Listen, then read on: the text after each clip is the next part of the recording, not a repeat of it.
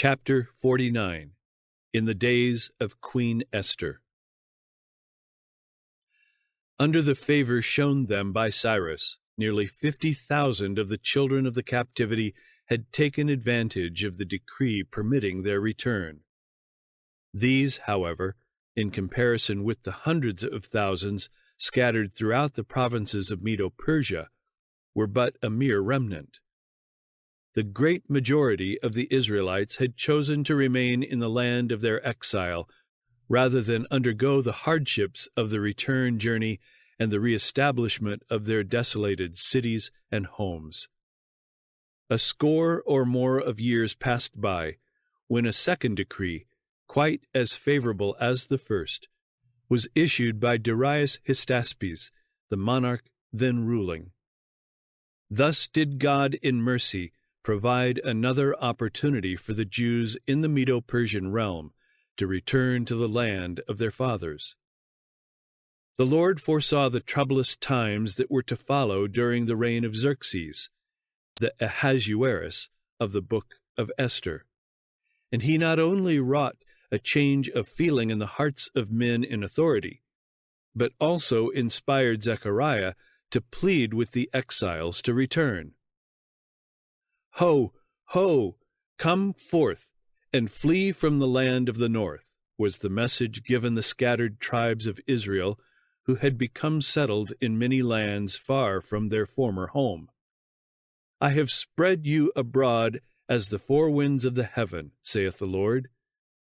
Deliver thyself, O Zion, that dwellest with the daughter of Babylon. For thus saith the Lord of hosts, After the glory hath he sent me unto the nations which spoiled you. For he that toucheth you toucheth the apple of his eye. For behold, I will shake mine hand upon them, and they shall be a spoil to their servants. And ye shall know that the Lord of hosts hath sent me." Zechariah 2, verses 6 to 9. It was still the Lord's purpose, as it had been from the beginning, that his people should be a praise in the earth to the glory of his name.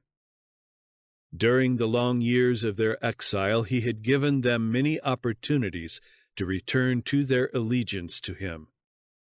Some had chosen to listen and to learn. Some had found salvation in the midst of affliction.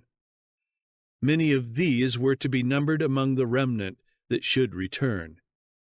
They were likened by inspiration to the highest branch of the high cedar, which was to be planted upon an high mountain and eminent, in the mountain of the height of Israel.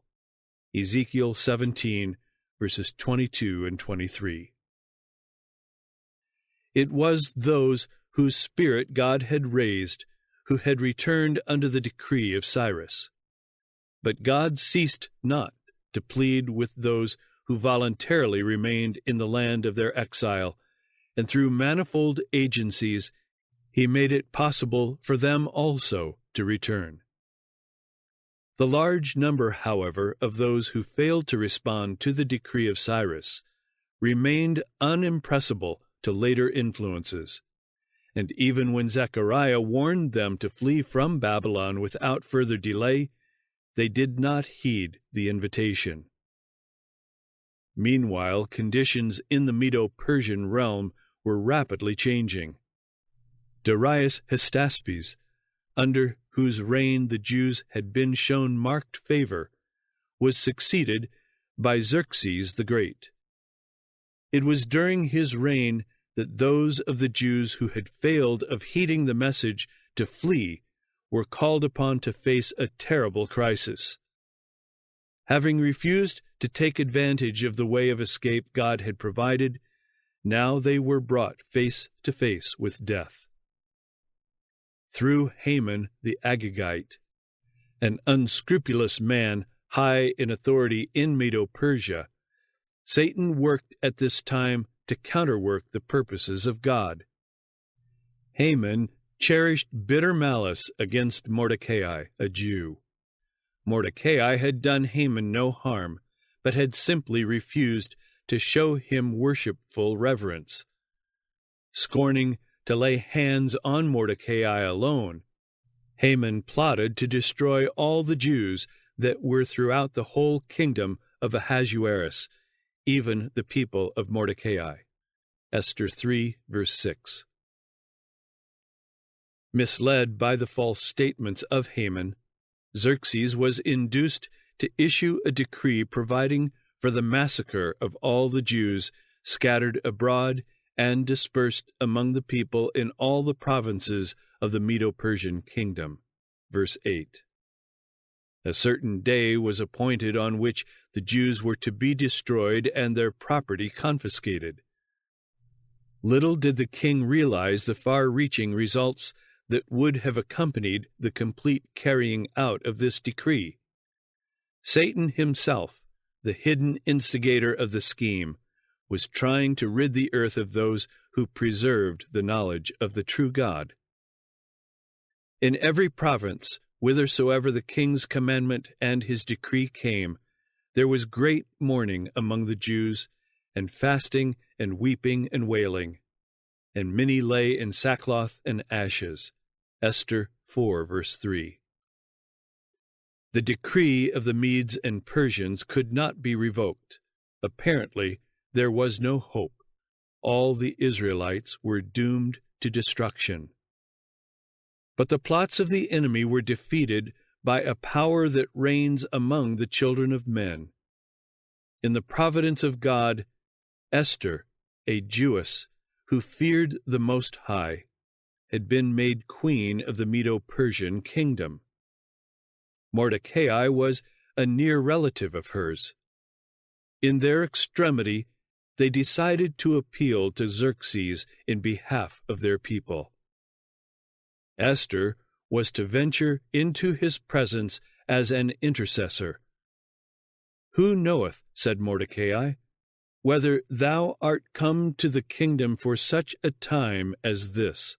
Verse 14. The crisis that Esther faced demanded quick, earnest action. But both she and Mordecai realized that unless God should work mightily in their behalf, their own efforts would be unavailing. So Esther took time for communion with God, the source of her strength. "Go," she directed Mordecai, "gather together all the Jews that are present in Shushan, and fast ye for me, and neither eat nor drink 3 days, night or day. I also and my maidens will fast likewise, and so will I go in unto the king, which is not according to the law. And if I perish, I perish." Verse 16. The events that followed in rapid succession, the appearance of Esther before the king, the marked favor shown her, the banquets of the king and queen with Haman as the only guest, the troubled sleep of the king, the public honor shown Mordecai, and the humiliation and fall of Haman upon the discovery of his wicked plot. All these are parts of a familiar story. God wrought marvelously for his penitent people, and a counter-decree issued by the king allowing them to fight for their lives was rapidly communicated to every part of the realm by mounted couriers, who were hastened and pressed on by the king's commandment. And in every province and in every city, whithersoever the king's commandment and his decree came, the Jews had joy and gladness, a feast and a good day. And many of the people of the land became Jews, for the fear of the Jews fell upon them. Esther 8, verses 14 and 17. On the day appointed for their destruction, the Jews gathered themselves together in their cities throughout all the provinces of the king Ahasuerus, to lay hand on such as sought their hurt. And no man could withstand them, for the fear of them fell upon all people. Angels that excel in strength had been commissioned by God to protect his people while they stood for their lives. Esther 9, verses 2 and 16. Mordecai was given the position of honor formerly occupied by Haman.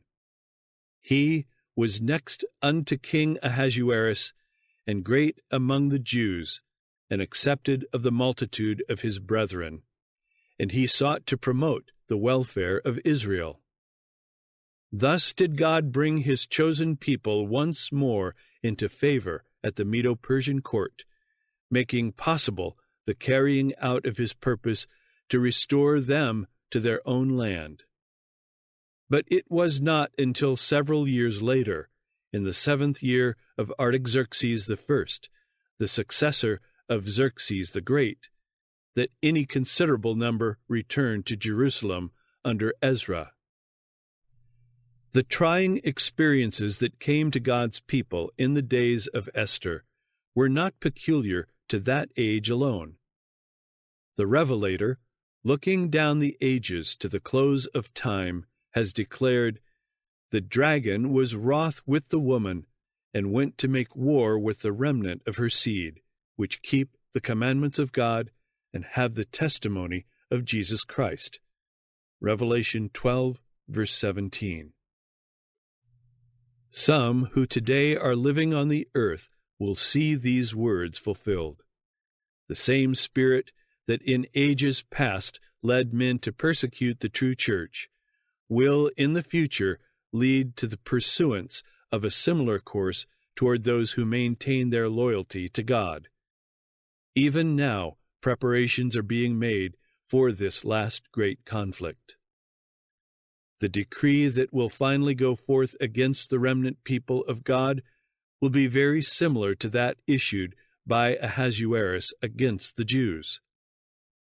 Today, the enemies of the true church see in the little company keeping the Sabbath commandment a Mordecai at the gate. The reverence of God's people for his law is a constant rebuke to those who have cast off the fear of the Lord and are trampling on his Sabbath. Satan will arouse indignation against the minority who refuse to accept popular customs and traditions.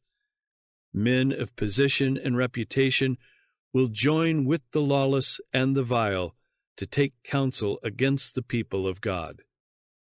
Wealth, genius, education will combine to cover them with contempt. Persecuting rulers, ministers, and church members will conspire against them. With voice and pen, by boasts, threats, and ridicule, they will seek to overthrow their faith. By false representations and angry appeals, men will stir up the passions of the people. Not having a "thus saith the Scriptures" to bring against the advocates of the Bible Sabbath, they will resort to oppressive enactments to supply the lack. To secure popularity and patronage, legislators will yield to the demand for Sunday laws, but those who fear God cannot accept an institution that violates a precept of the Decalogue. On this battlefield will be fought the last great conflict in the controversy between truth and error, and we are not left in doubt as to the issue. Today, as in the days of Esther and Mordecai, the Lord will vindicate his truth and his people.